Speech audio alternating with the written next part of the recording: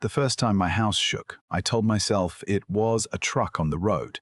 The second time, I blamed old pipes. But the third time, when a framed photo slid off my living room wall and shattered across the floor, I went down to my basement and found fresh dirt pushing up through the concrete like somebody beneath my house was trying to breathe.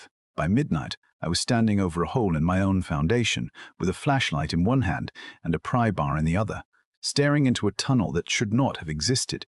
And somewhere down there, under the floorboards of the home I had paid for every month of my adult life, someone was still working. My name is Daniel Mercer, and before all of this happened, I honestly thought the worst thing our homeowners association could do was fine me for leaving my trash can out too long. I had lived in Briar Glen for 22 years, long enough to watch families move in, kids grow up, maple trees get tall enough to shade half the street, and long enough to believe I knew the rhythm of the place. It was quiet, ordinary, maybe a little too proud of its matching mailboxes, but it was home. My house was nothing fancy. 3 bedrooms, a stubborn old garage door, a backyard, just big enough for a grill and a few bad decisions on summer weekends. But I had built a life there. I had a workbench in the garage, an old pickup I kept promising to restore, and a neighbor named Hank Morales who would borrow my extension ladder without asking, then bring it back with a 6-pack like that, somehow settle the account. Back then, the HOA barely mattered. They collected dues, put up holiday lights, sent reminders about overgrown grass, the usual harmless nonsense. Then Celeste Harrow got elected president. Celeste had the kind of smile that made you check your wallet after she used it, always polished, always calm, always dressed like she was heading into a corporate takeover instead of a community meeting, and from the moment she took office, she treated Briar Glen like it was her private little kingdom. She fined a widow named Mrs. Dorsey because her front door wreath did not match the approved seasonal palette. She sent a warning to a guy across the street because his recycling bin sat beside his driveway for 14 minutes after pickup. 14 minutes, like the neighborhood was going to collapse into chaos because somebody had a dentist appointment. I stayed out of her way until one afternoon she taped a yellow violation notice to my front door because I had leaned a rake against my porch rail while I went inside for a glass of water. That was my first warning, although I did not understand it at the time. A few weeks later, Celeste announced a new neighborhood improvement plan, something about drainage upgrades, underground utility access, and improving community value for future development, which sounded like the kind of sentence people use when they want your money but do not want your questions. At the next HOA meeting, she put a blueprint on a projector screen, all lines and arrows and boxes nobody could make sense of. Then she casually mentioned that work might require temporary access through older easement areas behind certain homes. I asked which homes, and she looked right at me before saying, "Some properties near the North Greenbelt, including yours, Daniel." I asked to see the full plans. She smiled, that tight little smile, and said they were still under review. Hank caught up with me in the parking lot afterward and said, "You ever notice she only gets vague when the answer would make people mad?" I laughed, but not because it was funny. Over the next few weeks, bright survey flags started showing up behind my fence. Men with measuring equipment appeared along the edge of my yard, and every time I asked what they were doing, they gave me the same answer: "Talk to your HOA president." Then the vibrations began. Soft at first, almost easy to ignore, then stronger, deeper, steady enough that I could feel them through the soles of my boots, and by the time Celeste showed up at my door pretending she was concerned about the stability of my foundation, I already knew one thing for sure. Whatever was happening under my house, she knew about it long before I did. Celeste stood on my porch with a leather folder tucked under one arm, looking less like a concerned neighbor and more like somebody who had come to collect on a debt. And when she said, "Daniel, we have received reports of unusual movement around your property," I looked at her and said, "Funny, my house was perfectly still until your survey crew started circling it." For half a second, just half a second, the smile left her face. Then she put it back on. She told me the HOA had a responsibility to protect property values, that foundation issues could spread panic through a neighborhood, that I should allow a board-approved inspector inside before things got worse. I said my foundation was fine for 22 years. Things did not start getting worse until you started talking about underground access. She tightened her grip on the folder. "Daniel, refusing reasonable cooperation could create legal complications." I leaned against the doorframe and said, Celeste, you have fined people for bird feeders and trash cans.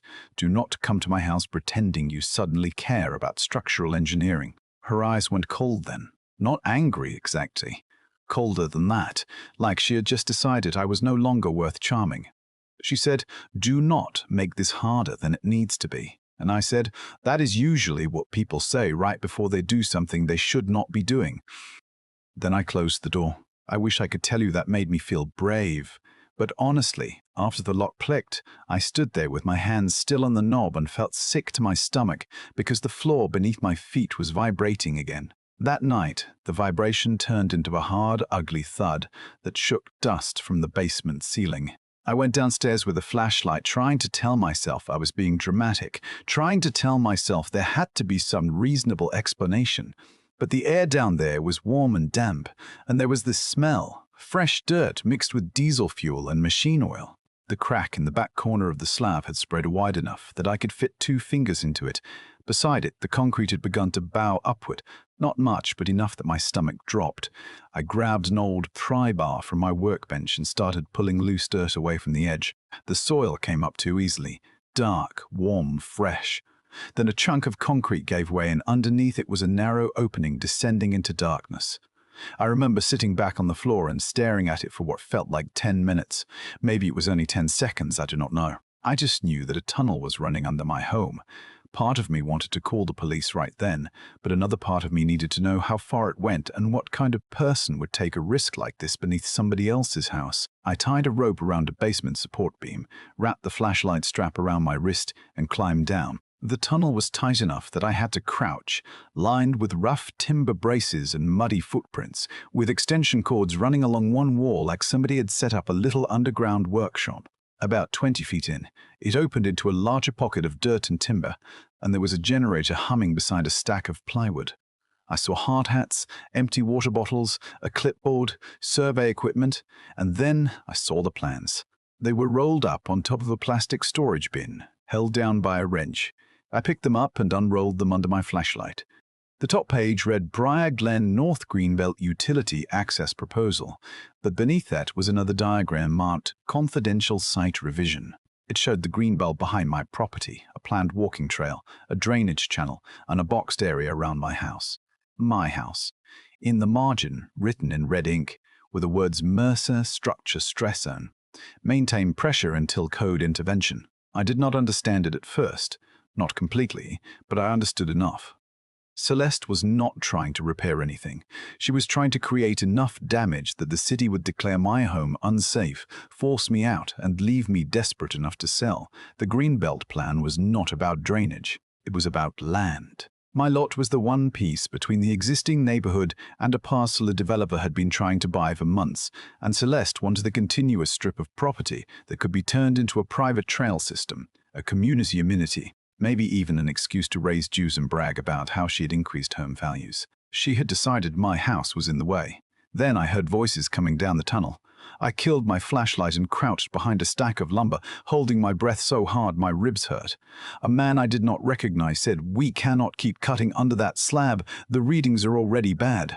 Another voice answered, then reinforced the north side and finished the access line. That second voice belonged to Celeste. I could not see her face at first, only the beam of her flashlight sliding across the dirt walls, but I heard every word. The contractor said, "This was supposed to be a drainage easement, Celeste. You said we had signed consent." She snapped back, "You have paperwork. You have authorization. Keep working." He said, "I have a scanned signature and a project number that does not exist in the county system. That is not authorization." There was a pause. Then Celeste said something that made the skin on my arms go cold. "Once the foundation damage is documented, he will not have a choice. He will take the offer or he will lose more than the house." That was when I understood this was not just a power trip, not just another HOA president drunk on authority. She had built an entire scheme around breaking me down slowly enough that nobody would see the hand pushing me. I shifted my weight to crawl back toward the rope, and a small rock rolled under my knee. It made barely any sound, but in that chamber, it might as well have been a gunshot. The contractor swung his flashlight toward me. Celeste froze, then the beam found my boots. For 1 second, none of us moved. For 1 second, none of us moved. Celeste stared at me like she had seen a ghost. Then her face hardened, and she said, "Daniel, you have no business being down here." I stood up with the blueprints clutched against my chest and said, "Under my own house? That is a bold argument, even for you." The contractor looked terrified. Celeste stepped closer and hissed, "You signed the easement." I said, "No, I did not." She said, "You will find that the documents say otherwise." I looked down at the plans, then back at her, and said, "Well then, I guess we are both about to learn how interested the city is in forged documents and illegal tunnels." Her face changed again, and this time there was no smile left to put back on. She told me to hand over the paperwork. I told her she could come upstairs and ask for it. Then I climbed out of that hole as fast as I could, hearing Celeste yelling behind me and hearing the contractor shout that the tunnel was unstable. When I hit the basement floor, I did not stop to catch my breath. I ran upstairs, locked the basement door, grabbed my phone, and called Hank. I told him, "Bring your camera, bring a flashlight, and do not ask questions until you get here." He arrived 3 minutes later, took one look at the dirt on my clothes and the blueprints shaking in my hands and said, "Daniel, what the hell did you get yourself into?" I looked toward the basement door just as another heavy thud rolled through the floor.